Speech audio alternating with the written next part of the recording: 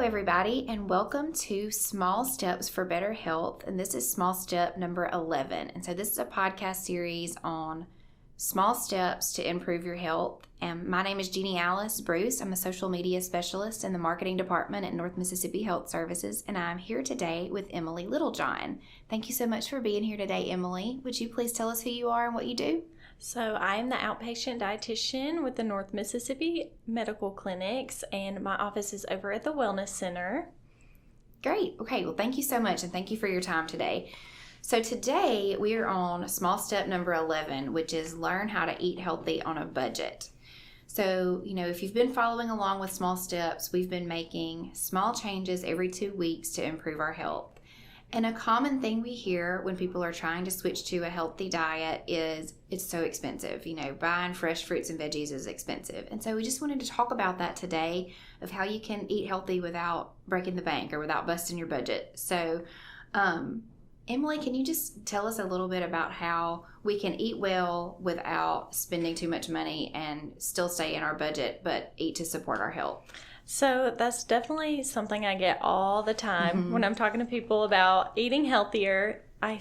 People say it's so expensive, which it is, but also not caring for our bodies in the long term is also so expensive with medication costs and bills and things like that. So that's a good point. Think of it as also an investment on your health. But there are definitely some hacks you can do to help with making the grocery store a little less painful when it totals up, when the cost totals up. Right. So there are definitely some ways to do that and incorporate healthy foods like fruits and vegetables. A couple of things that are really important before you even get to the grocery store is see what you have on hand. Anytime I don't do that, check the freezer, check the pantry, I always end up buying multiple of something, and then it's sitting in the freezer, sitting in the pantry, and then I have extra whatever. Or you have stuff that goes bad before you can use it because you bought too much. Exactly. Which is another thing people tell me is like, I can't eat the produce fast enough. And so I also have some tips to extend your budget and your money there too. Okay, great. So start by checking your fridge and your pantry. What do you already have? What do you have that needs to be used quickly? So start at home. What do we do next? Okay, so then if you typically go to a specific grocery store, check for the ads, check for the sale, what's on sale. One tip there is check what's in season. So if, it's the wintertime, berries are probably not going to be the best in season, so they're not going to taste as good, and they're going to be marked up a lot more. Right. So check what's in season. If it's not in season, a great way to get that produce is frozen. Okay. And it's always going to be much cheaper that way. And the flavor will be much better than the produce that they're trying to make in season, which is not actually in season. Okay, gotcha. That's good. Frozen is a good way to go. Okay, so what about, are there any meals that can stretch our food? Stews, stir fries, that kind of thing. Are those good? Yes, definitely, because you're going to get a bigger quantity when you prepare it, and then you'll have extended amounts of time to eat that. So also pastas too can do that as well. So if you compare it with a protein, zhuzh it up with some veggies, that will also extend that dish as well. That's a good tip. I like to make, especially in the winter, I like to make soup on Sunday lunch, and then I eat it for lunch all week at work. Yes. And if you don't eat it all, or if you have someone in your household like I do that does not like leftovers, freeze it. So I try to freeze that even in little individual size bags or containers, and then I can thaw it out when I'm ready to eat it. Nice. Okay. And what about when we go to the grocery store? This is a tip we hear sometimes about shopping when we're not hungry. Don't go to the grocery store when you're hungry. Yes. I always say a hungry decision and a tired decision are often a poor decision. Yes. So don't go hungry, don't go tired or stressed. Those things can really cause us to gravitate towards those quick, not healthy foods that are higher in sugar and fat.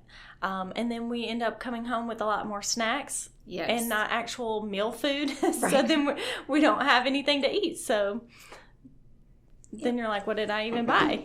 Right. Okay, so that's a good tip. Don't shop when you're hungry, rushed, or tired if you can help it. Yes. So help you make better decisions.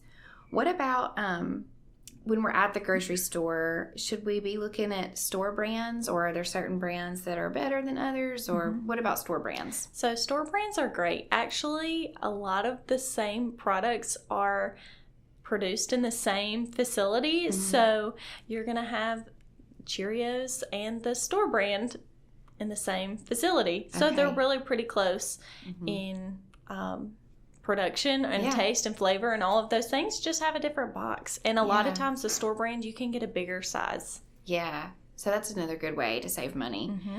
And then what about decreasing the amount of packaged snack foods? I know that's one thing that I fall into the trap of all the time because I have little kids and they love their goldfish and, you know, all the snacks. And so, but those add up. So talk about that a little bit.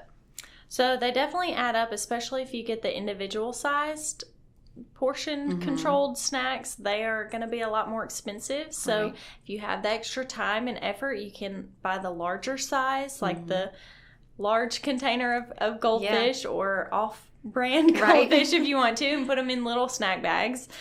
So that's one way to help with that. And then also maybe even keeping, you know, other produce around that they may eat, like my son loves bananas, so keeping those on hand, and that's kind of nature's prepackaged there because it's in a package technically. And then they last just a hair longer than some of the other produce. Yeah, that's good.